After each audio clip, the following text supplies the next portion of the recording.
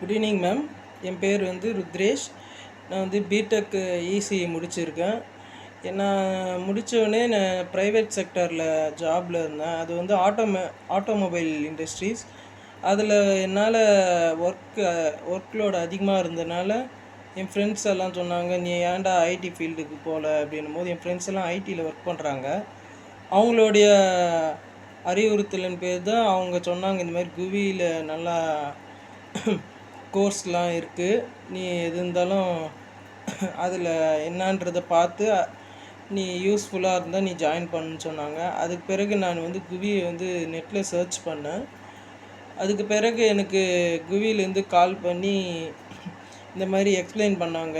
என்னுடைய ஒப்பீனியன் வந்து data science கோர்ஸை பற்றி டீட்டெயில் கேட்டிருந்தேன். அவங்க ஃபுல்லாக எக்ஸ்பிளைன் பண்ணாங்க. அதுக்கு பிறகு ப்ரீ பூட் கேம்ப்னு ஒன்று கண்டக்ட் பண்ணுறோம், உங்களுக்கு விருப்பம் இருந்தால் அதில் ஜாயின் பண்ணுங்கள்.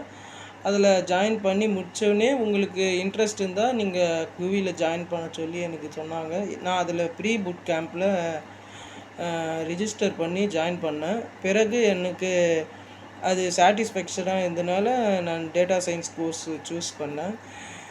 தென் டேட்டா சயின்ஸ் கோர்ஸ்லேயும் எங்களுக்கு கோடிங் பற்றியெல்லாம் எதுவுமே எனக்கு தெரியாது. பைத்தான் பற்றி எதுவுமே சுத்தமாகவே எனக்கு கோடிங் தெரியாது எனக்கு. ஆனாலும் குவியில் வந்து ஸ்டெப் பை ஸ்டெப்பாக தான் ஃபாலோ பண்ணி ஒருத்தருக்கு எப்படின்ற மாதிரி தான் எக்ஸ்பிளைன் பண்ணுவாங்க ஃப்ரெண்ட்லியாக. எனக்கு அவங்க பண்ண டீச்னால எனக்கு ரொம்ப பிடிச்சு கோடிங்லாம் இப்போது பண்ணுற அளவுக்கு எனக்கு யூஸ்ஃபுல்லாக இருக்குது. அதுலேயும் கௌஷிக் கிருஷ்ணா சார்ன்றவர் மெஷின் லேர்னிங் டாபிக்ஸ்லேருந்து வராரு. மாடல் 13லேருந்து மொத்தம் 22 மாடல்.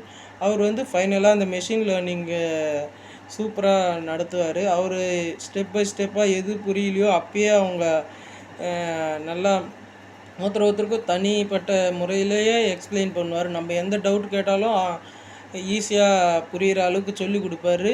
அதுலேயும் நம்ம எத்தனை வாட்டி கேட்டாலுமே நம்ம கூச்சம் பட்டால் கூட அவர் கூச்சம் இல்லாமல் கேளுங்க, எது இருந்தாலும் உங்களுக்கு எப்போ வேணாலும் நான் எக்ஸ்பிளைன் பண்ணுறேன்ட்டு ஒரு ஸ்டூடெண்ட்ஸ்க்கும் டீச் பண்ணுவார். அது எனக்கு ரொம்ப பிடிச்சிருக்கும்.